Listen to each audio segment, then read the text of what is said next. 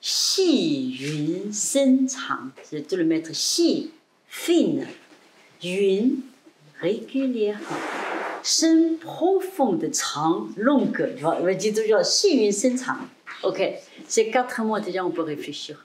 Fine, souvent c'est la respiration du nez. Quand même. Parce que souvent on parle trop, quand on parle, on respire par la bouche, pour vous dire. C'est pour ça qu'il ne faut pas parler les choses inutiles trop.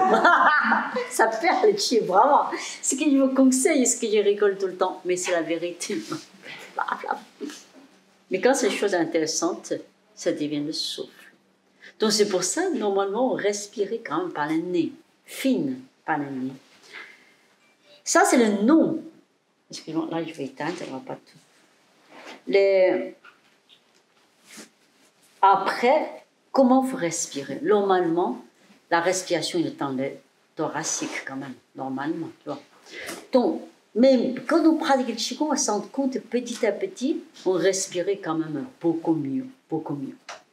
L'amplitude des systèmes, tu vois, sans forcer dès le départ, respiration inversée, parce que les gens, dès que vous dites ça, il est là, il fait attention à la respiration du ventre, encore pire, parce que ça bloquait la respiration. Ça se voit. Pourquoi c'est un processus naturel? D'abord, pratiquer le Qigong, bien, le mouvement harmonieux, fluide, et puis le niveau de Qi, tu vois, commence fluide. Petit à petit, le corps, il devient le corps global. Bai Hui, coccyx, yongquan, les épaules, puis les épaules d'énergie jusqu'aux extrémités, les centres périphériques. Tous les trames, le fondement du corps, il est déjà installé. Forcément, on va respirer mieux, beaucoup mieux. Donc ça devient ces 4 mots. Xi Yun Shen Chang. Quel que soit l'abdominal ou thoracique. Même les gens, tu vois, regarde, s'il devient thoracique, même il est long, profond, régulier et fine, ça va, il a encore une bonne santé. Donc la capacité pulmonaire. Il y a certains sportifs, tu vois, il n'est pas forcément là, il est là. Tu vois, certains yogas, on les a vus, ils développent une respiration pas possible, là. Ils sont assez musclés, tu sais. Je sais, ils sont vraiment costauds. Tu ne peux pas dire que abdominal. Mais pourquoi le Qigong va devenir abdominal? Parce que petit à petit, le cerveau, il est là. Il n'est plus là. Tu vois, on ne développe pas la respiration thoracique. Tu vois, on ne l'a pas. Pourtant, la respiration thoracique, on peut y aller aussi loin. Il faut en tirer, tu vois. Quand tu es spécifique dans le poumon, on peut revenir dans le poumon. Donc, il va descendre. Parce que c'est le centre où le ciel, la terre, le corps en bas, le chi en bas, le chi en haut qui va rejoindre ici. Pourquoi maintenant c'est comment respirer devient important quand on arrive à certains niveaux de Qigong dynamique surtout. Après on dit ok, mécanisme c'est très simple, c'est le même. Inspire, il va se dire inspire vers le haut, vers l'extérieur. Expire vers le bas, vers l'intérieur. Inspire, tu vois, ça c'est toujours. Expire, inspire, expire. Il y a un rythme, mais c'est normal. Mais beaucoup de moments ont inversé cette normalité, c'est ça, tu vois. D'un coup, un jour, tu te trouves, inspire, tu viens, expire, inspire. Avant, il y a beaucoup de discussions. Là, maintenant, il n'y en a plus. Tu vois, dans votre groupe, déjà, il n'y en a plus, tu vois. Ça peut inverser. Mais surtout, c'est comment c'est possible quand on inverse la respiration. Qu'est-ce qui se produit dans notre corps? C'est complètement différent. Si tu inspires comme ça, ou que tu inspires comme ça, forcément ça change. Et c'est ça qui est l'expérience. Pour dire que la respiration, il a la règle. Mais il y a plein de méthodes qui sont contre ces règles. Parce qu'il y a une cause. Pourquoi, tu vois? Là, vous pouvez déjà trouver la réponse vous-même. C'est ce qu'on va expliquer. Donc, ok, je suis. Pendant la pratique dynamique, on ne peut pas penser à la respiration. De temps en temps, on le suit. De temps en temps, on ne le suit pas. Tu vois. Mais de temps en temps, j'ai envie d'inspirer. Après, j'oublie. Après, par contre, j'ai envie d'expirer. Après, j'oublie la respiration. C'est-à-dire, je n'ai pas besoin de... Ah, je ne peux pas expirer. Oublier. Parce que c'est le calme qui fait que ça peut être la pulsion des débuts de la respiration. Mais vous pouvez laisser, tu vois, sans penser à la respiration. Aucun moment, le haut niveau des pratiquants de Qigong, on peut le mettre, il va inspire, expire, inspire, expire, inspire, expire. T'imagines? Oh, ça devient colossal, tu vois. Tu déranges le calme des autres, tu vois. Pourquoi tu vas absolument... Il fait tout seul. C'est le souffle rythmique, ça se fait tout seul.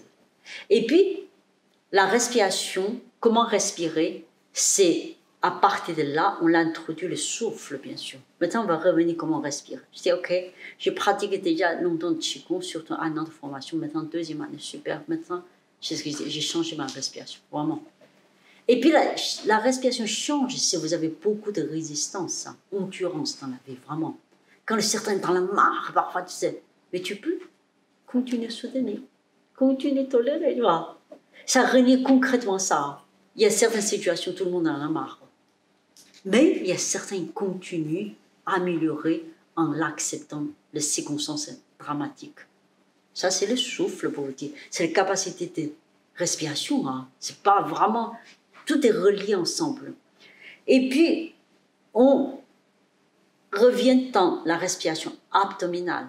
Donc, petit à petit, c'est formé. Tu vois. On sent que tout vient de là. Le souffle rythmique, tout vient de là. Tout vient de là. Dans cette respiration, on se rend compte que le corps, il devient un petit peu le volume. Bon, volume. On a l'impression que tout le corps respire. Et puis maintenant, on va ajouter les techniques aussi. Ça, c'est comme dans les pratiques. Souvent, il y a deux questions où se pose. Ok, il y a certains styles, il faut langue contre le palais. Et quand on va inspirer, on va contracter périnée.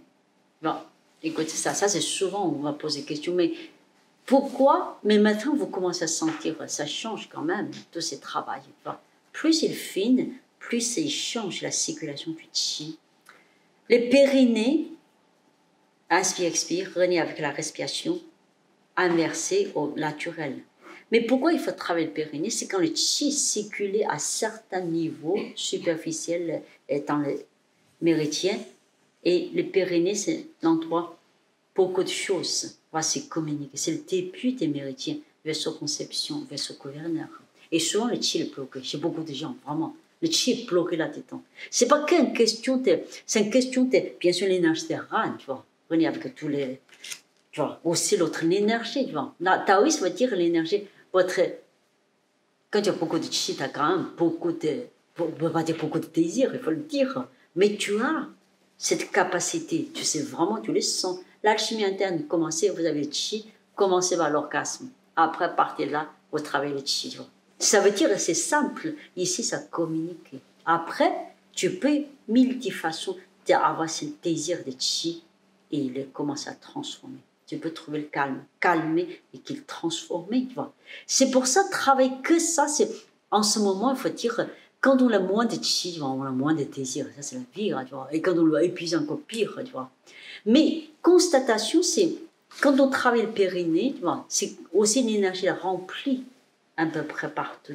Tu sens, quand on inspire, un certain condensé, quand tu respires inversé, à la fin, contact périnée, ça va changer beaucoup de choses pour vous dire, vraiment. Mais ça ne peut pas être technique, contact périnée, relâcher, contracter, tu vois. Non. Quand c'est une technique, tu vois, quand le mal quitte, tu vois, il y a des problèmes parce que c'est trop mental, trop physique. Le chi, c'est chirurgie entre deux, tu vois. Ça, c'est, après, c'est cul à point, c'est comment l'intensité. Mais de temps en temps, pendant l'inspiration, certaines techniques disent langue contre le palais, au contact périnée, tu vois, ça vous donne un coup de pulsion de chi, ça c'est évident. Ça renie souvent avec la respiration abdominale inversée, tu vois. Inversée parce que plus facile entre le ventre, contact périnée, contact, tu sais, densité, tu expires. C'est beaucoup plus profond. Bon. Et puis quand tu contractes périnée, tu langues contre le palais, ça c'est naturel parce que vaisseau gouverneur, vaisseau conception aussi, il est croisé dans cet endroit, tu vois. Ça c'est déjà la perception à l'intérieur. Donc,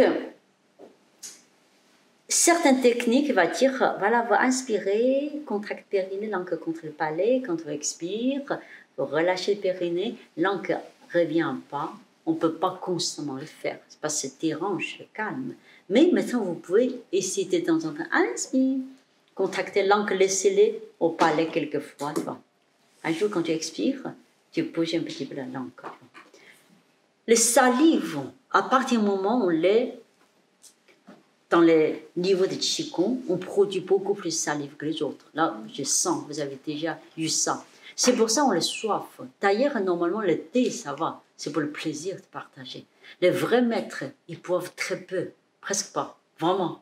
Ça, c'est paradoxe, pour vous dire. Et surtout, dans la montagne, c'est pas interdit. Presque quelqu'un qui boit pendant on sait qu'il n'a pas de niveau. Vraiment.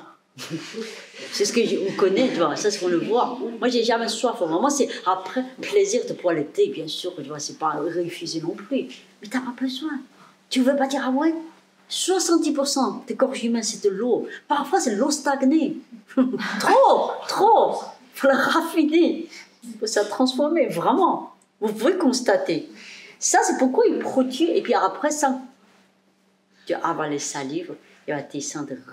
En plus, la salive, c'est le meilleur eau. C'est l'eau de jade. Et torré, ça, c'est à deux points derrière la langue. Jin Jin Yu, on l'appelle l'eau de jade et de l'or. Mais quand on bouge la langue dans ce niveau de Qigong, ça change tout. Et puis pour contrer la langue, maintenant je voudrais que vous me suivez parce que parfois pendant la méditation, je vous donne beaucoup. Mais quand on dans la pratique dynamique, on fait moins attention, tu ne peux pas penser. Mais dans une méditation, ça devient hyper important. Parce que la langue, quand on sourit, regarde le visage, quand on sourit, regardez votre langue. Quand on sourit, vous observez où la langue, la pointe de la langue. Alors on sourit ensemble. Il est où? Contre le palais. Ça, c'est toujours dit. Il est impossible de ne pas contre le palais. Tu vas laisser le palais. Souvent, je dis que la langue contre le palais, c'est le visage détendu, le heureux, tout simplement. Quand même, quand tu fais la tête, c'est difficile, vraiment, contre le palais. Comme quoi, tu vois, c'est l'expérience de la vie, tu vois. C'est quand tu es heureux, quand tu es malheureux, tu vois, le chi descend, tu vois, tout de suite, ça se manifeste. Donc, la langue, mais quand on cherche, quand on est trop sec, tu vois, parfois on est fatigué, on a moins, tu vois, moins de chi, moins de désir, tout, quoi, l'ensemble de tout. Et la langue contre le palais, essaye de, la partie antérieure, essaye de soulever un peu plus contre le palais, au milieu, en haut, tu vois, regarde ça. On va faire 2 minutes, tu vois. On ramène exprès un peu le mouvement de la langue, ramène contre le palais. On va voir, vous pouvez juste. Quand la langue contre le palais, tout de suite on va sentir le cervical est plus ouvert et l'énergie est déjà connectée avec le palais. Essayez de la langue, vous essayez de trouver la meilleure place, mais cherchez la pointe de langue un peu plus vers l'arrière et au milieu vers le haut. Ce que cherche est connecté avec le palais. Poussez le pointe de pied, poussez le pointe de langue